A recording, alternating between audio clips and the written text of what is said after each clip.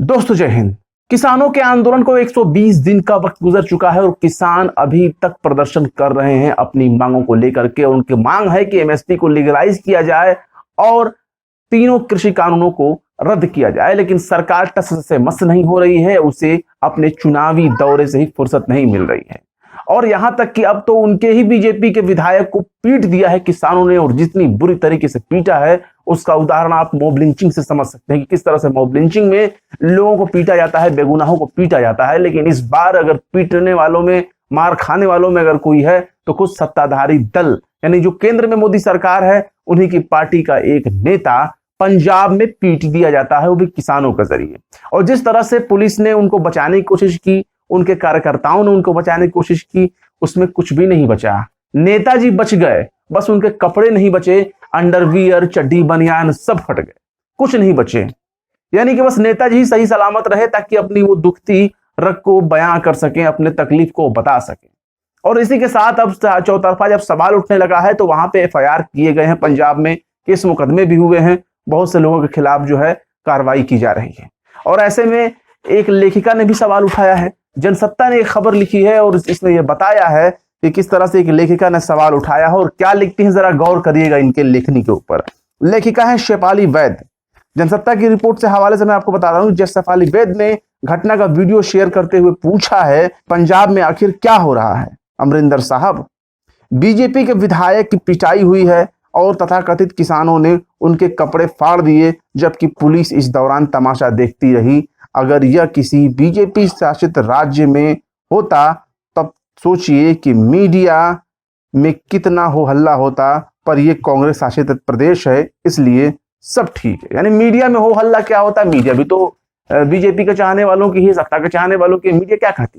क्योंकि बीजेपी के विधायक की पिटाई हुई है, इसलिए काफी ज्यादा इस पर दबाव भी है और अमरिंदर सिंह ने तो कार्रवाई भी की है। लेकिन ऐसे में सवाल यह है कि क्या बीजेपी के इस नेता जिन जो पीटे गए हैं, इनसे पूछा जाना चाहिए कि ये बताइए, ये भी एक मॉब लिंचिंग थी किसानों के जरिए, और हम इस मॉब लिंचिंग की कड़े शब्दों में निंदा करते हैं। और जिस तरह से आंदोलन करने का सबको अधिकार है, उसी तरह से प्रेस कॉन्फ्रेंस करने का अधिकार है। और नेता थे, वो प्रेस कॉन्फ्रेंस कर रहे थे, लेकिन उनको प्रेस कॉन्फ्रेंस नहीं करने दिया गया और किसानों ने उन पर यह हमला किया। पहले उन पर स्याही फेंकी, फिर उनके कपड़े फाड़े, उनकी पिटाई की, उनके चड्डी, बनियान, लंगोटा, नगच्छा, जो भी आप कह लें, तन ढकने के लिए पूरा नंगा कर दिया उनको। और पुलिस ने उन्हें आखिरकार एक दुकान के में अंदर घुसाया और शटर बंद किया, तब जाकर उनकी इज्जत बची। लेकिन इज्जत जो कैमरे पर लुट गई, जो किसानों के हाथों लुट गई, वो तो अब आने वाली नहीं है। और अरुण नारंग जो है अब दोबारा प्रेस कॉन्फ्रेंस करने से पहले डरेंगे और सोचेंगे कि ये जो मॉब लिंचिंग होती है किस तरह से होती है, और सामने वाला इंसान भीड़ के आगे किस तरह से मजबूर होता है, और प्रशासन किस तरह से तमाशबीन होता है, लेकिन किसी को बचाता नहीं है। और इस वीडियो को हमने, चूंकि आपको एक दिन पहले वाले वीडियो में हम आपको दिखा चुके हैं, सबसे पहले अपनी खबर में दिखा चुके हैं कि किस तरह से पीटा गया था। और आज जो हम अपने आपको ये दूसरी वीडियो बता रहे हैं, इसमें जो वीडियो शेयर किया है शेफाली वैद ने, उसको जरा देखिए कि उसमें शुरुआती तरीके से किस तरह से पुलिस उनको बचाने की कोशिश कर रही है और उन पर भीड़ किस तरह से उग्र हो रही है।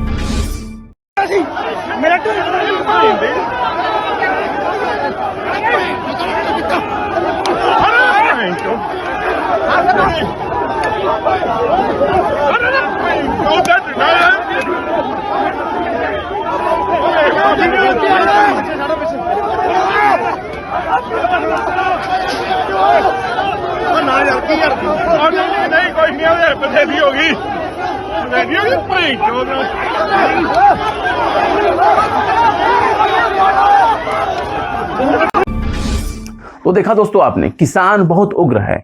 120 दिन से ज्यादा का वक्त गुजर चुका है। 300 किसान जो है वो अब तक इस दौरान शहीद हुए हैं, या ये कहते हैं कि आप उन लोगों ने अपनी जान गंवा दी।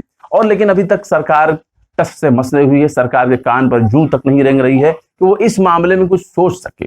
किसान अभी भी हैरान है, परेशान है, और जहां जहां इलेक्शन हो रहे हैं वहां जा जाकर राकेश टिकैत खुद कह रहे हैं कि बीजेपी को सपोर्ट मत करना, बीजेपी को वोट मत करना, भले ही जीतने वाले किसी और पार्टी को वोट कर देना, किसी और कैंडिडेट को कर देना, लेकिन बीजेपी को जीतने मत देना।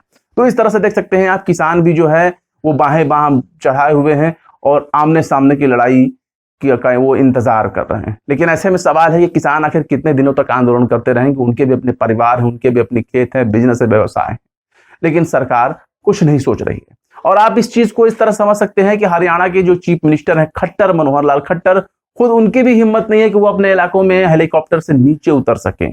और पिछले दिनों जिस तरह से ये देखा गया कि उन्हें अपना हेलीकॉप्टर वापस ले जाना पड़ा, लेकिन वो एक सभा को संबोधित नहीं कर सके। और खुद राकेश टिकैत भी इस बात को कह चुके हैं कि सीएम खट्टर की हिम्मत है तो उतर कर दिखावे अपने हेलीकॉप्टर से। यानी कि मुख्यमंत्री मनोहर लाल खट्टर की इतनी भी हिम्मत नहीं रह गई है कि वो अपने गांव गिराव, अपने राज्य के किसी भी पंचायत, इलाके, तालुका में कोई जो है सभा को संबोधित कर सकें या अपने हेलीकॉप्टर को नीचे उतार सकें। ये बीजेपी चाहे उनके नेता, और जिस तरह से जनता जननायक पार्टी के नेता ने कहा कि हमें किसानों के बीच जाने के लिए उनके लठ खाना पड़ेगा, और उनके लठ का सामना करने के लिए हमें बाकायदा लोहे के हेलमेट पहनने पड़ेंगे, लोहे के कपड़े पहनने पड़ेंगे, क्योंकि जनता हमें खोज रही है अपने अपने इलाकों में और हमारे लोग वहां जाने की हिम्मत नहीं जुटा पा रहे हैं। तो इस तरह से आप समझ सकते हैं किसानों का आंदोलन बहुत उग्र है। उसको किसानों के आंदोलन को यूपी बिहार के समझा जा रहा है, क्योंकि यूपी और बिहार में उतना उग्र आंदोलन ये नहीं है जितना आंदोलन व्यापक तरीके से आपको दिल्ली की अलग अलग सीमाओं पर देखने को मिलेगा। क्योंकि कृषि प्रधान जो दो राज्य हैं, हरियाणा और पंजाब, इनमें किसानों की संख्या बहुत ज्यादा है। और यहाँ के किसान जो हैं उनकी आजीविका का एक ही साधन है और वो है खेती। और खेती बाड़ी पर वो किसी भी तरह से जो है कानून बनाए जाने का वो विरोध कर रहे हैं, और ये विरोध अभी चलता रहेगा। लेकिन इंतजार करना होगा कि आखिर कब तक। ऐसे में सवाल है सरकार आखिर इनकी बातें कब सुनेगी, क्योंकि ये भी तो देश के ही लोग हैं और सरकार इनको एकदम अवॉइड कर रही है, एकदम अनदेखा कर रही है। लेकिन ऐसा कब तक चलेगा? फिलहाल आप इस वीडियो के बारे में क्या सोचते हैं कमेंट बॉक्स में जरूर बताएं। वीडियो पसंद आए तो लाइक करें, शेयर करें, और विभाग निष्पक्ष स्वतंत्र पत्रकारिता को सपोर्ट करने के लिए आप हमारे यूट्यूब चैनल टाइम्स मेल को जरूर से जरूर सब्सक्राइब करें। फिर मिलते हैं किसी और वीडियो में एक नई खबर के साथ। जय हिंद।